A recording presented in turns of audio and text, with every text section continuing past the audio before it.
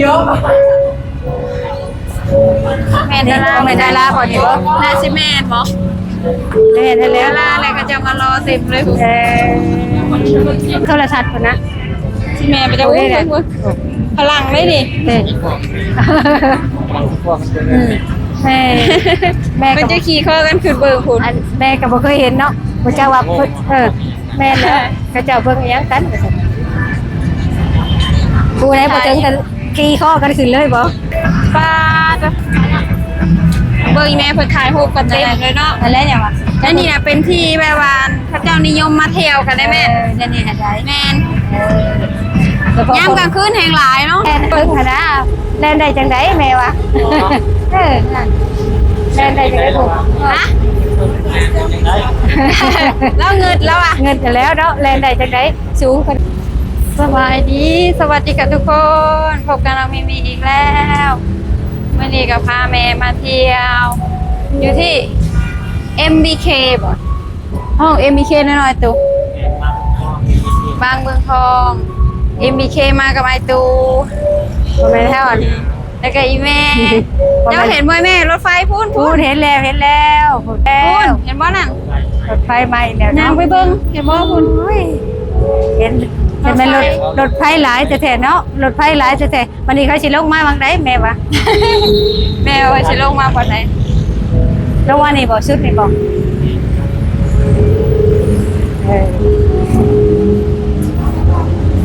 แม่ว่าสิพร้อมสิลงมาบ่ได้คือหลายแท้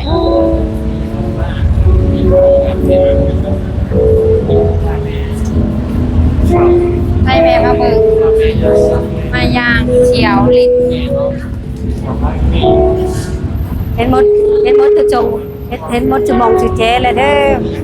เขาหลายเขาเฮ็ดอีหยังเนาะ ไป เขาเฮ็ดหยังเนาะคือหลายแท้ เขาจะเห็นยังคนคือหลายแท้ ไปบ่ย่างไปเบิ่งบ่ มันฮ้อนบ่แล้วเขาจะมาลบฮ้อนบ่ ก็ได้หน่อยเด็กเป็น นี่เนาะ ไม่ได้น้อยอีกอะไรแม่เก่ง เนาะเก่งเนาะแม่ว่าเลี้ยวหาแม่ว่าเสียงไม่ใส่กัน แม่มาเวน แม่มาเห็นอะไรยังเขาจะมาเห็นยังคือหลาย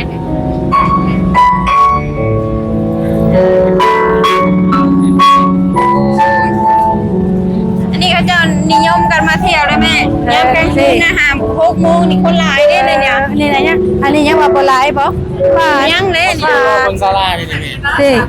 นาราสิลุงมานี่ไปจ้ะเนาะ คนเยอะ แม่ดารา แม่ดาราพอดีบ่ น่าสิแม่นบ่ แม่ได้แล้ว ดาราอะไรก็จะมารอเต็มเลย แม่นะ ดารา ดาราแบบ เป็ เป็น น ผู้ ว่า ใดหรอกป้าจ้ะ ดาราบ่อน ก็น่าจะทำคอนเทนต์ไทยโฆษณาครับ นาชิเมนเบิ่งทุกคน คนถาเบิ่งจังหวัดแล้ว นะยังโทษนะคะ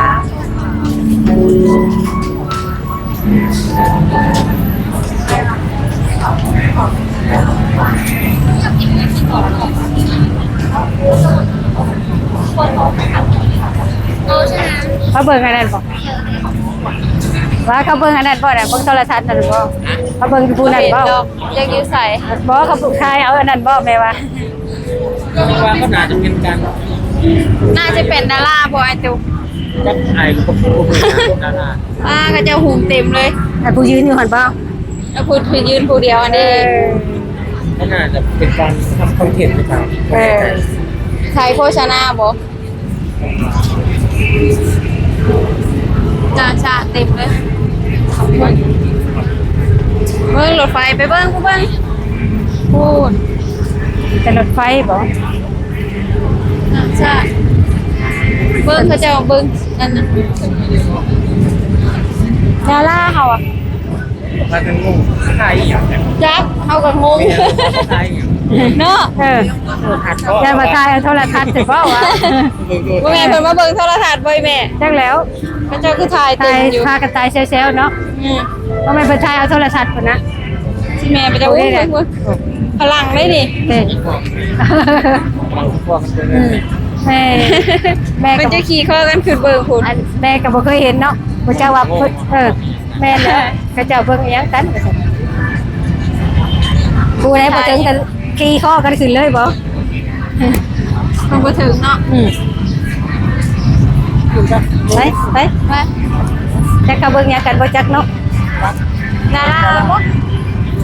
อันนี้หน้าจอนะมาจ้านะ เดี๋ยวนั้นเล่าหั่นแหละเนาะ นั่นหน้าจอนะดิ เล่าหั่นแหละนั่นแหละเนาะ แม่น เด่น ดารา อืม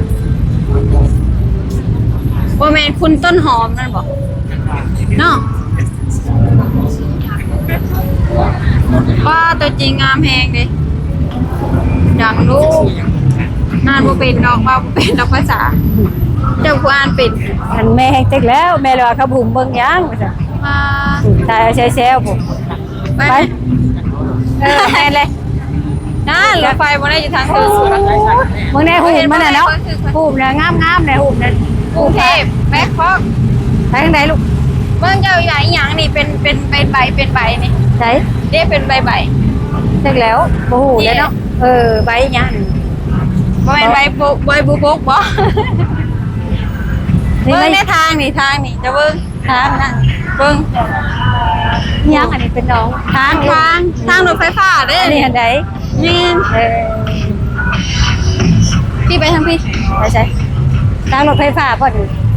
อันนั้นก็เป็นข้างล่างคือข้างบนเทิงพี่รถไฟฟ้าน่ะ เนาะ พวก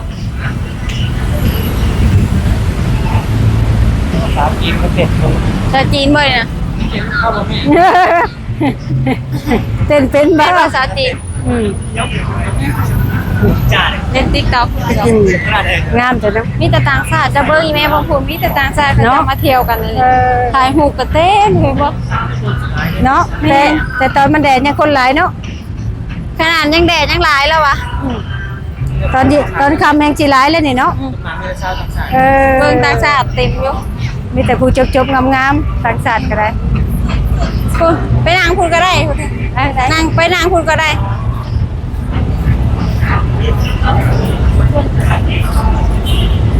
เบิ่งแม่มันก็จะสิถ่ายรูปกับพี่จะเห็นว่ารถไฟพุ่นเทิงพุ่นไปแล้ว ไปยาวไปอีกแล้ว จะชันจะว่าเบิ่งพุ่น สั่นสองชิ้น สามสั้นบ่ 3ชั้น4ชั้นพุ่น สั่นปุ๊บ นี่ก็เกี่ยวมานี่บ่นี่บ่เลย เกี่ยวไปเกี่ยวมาพุ่นไปทางพุ่นไปนั่งอยู่พุ่นก่อนก็ได้หลายชั้นหลายลืบเบิ่งมีแต่ต่างชาติเบิ่งเขาจะมาถ่ายรูปขนาดแดดได้นี่ นะเบิ่งหน้าแดดก็ยังคนถ่ายรูปจะว่าเนาะ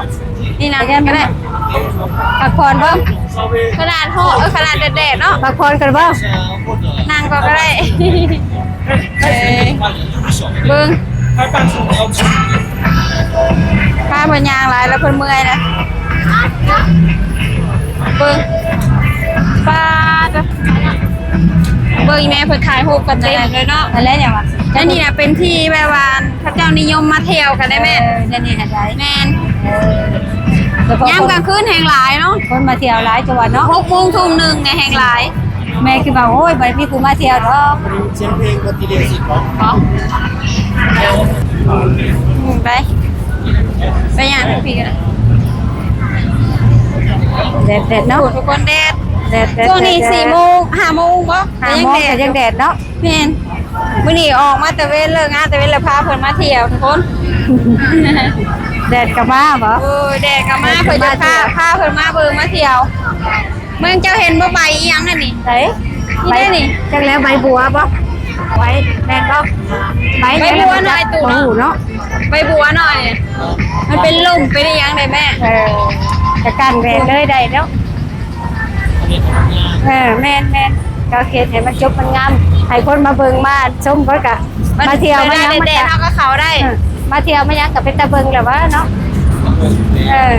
นั่นเลยอย่างว่าแม่นแต่เป็นตาเที่ยวแต่ยังอยู่ เบิ่งในภูรถไฟไปอีแล้ว เห็นแล้วก็งึดแต่ว่ารถแล่นเบิ่งหั่นนะแล่นได้จังได๋แม่วะนั่นแล่นได้จังได๋ลูก ฮะแล้วเงินแล้วอ่ะ เงินแล้วเนาะแล่นได้จังได๋สูงกระดอกบุกจักสิไปลงอยู่ไสไปจอดอยู่ไสแม่วะบ่จักเลย โอ้บ่จอดบ่ลงเนาะ เอาแค่ที่หมด อ่า จอดนั่นคือสถานี เออบ ำรุงรักษาที่สถานีบำรุงก่อน เออ บ่ มันแสดงถึงประมาณเที่ยงคืนที่หนึ่งนะ เออไปเรื่อยๆเนาะแบบผู้ใด มันกระชุดสายเขาเจ้าก็จอดอยู่หัน เออแบบลงหันลงนี่เนาะ คือแบบว่าคือเฮาฮอดบ้านเฮาก็หยุดหั่นนะ เออ ปืนเท่ากับไปไหม เออแบบนี้ เบิ่งมีแต่ต่างชาติหลาย เรา แฮะ ชายเอาไปจ้าแม่ว่ากระดกกระเดียนเนาะไปทางใดบัดนี้ โอเคเด้อทุกคนคลิปวิดีโอนี้น้องมีก็สิจบเพียงสำนี้เนาะเจอกันคลิปหน้าเนาะคลิปหน้าพาเบิ่งน้ำกันว่าสิพาแม่ไปเที่ยวใสพาแม่อันไปเที่ยวบ้านใดแน่ฝากติดตามเป็นกำลังใจให้เฮาเด้อสบายดีสวัสดีค่ะ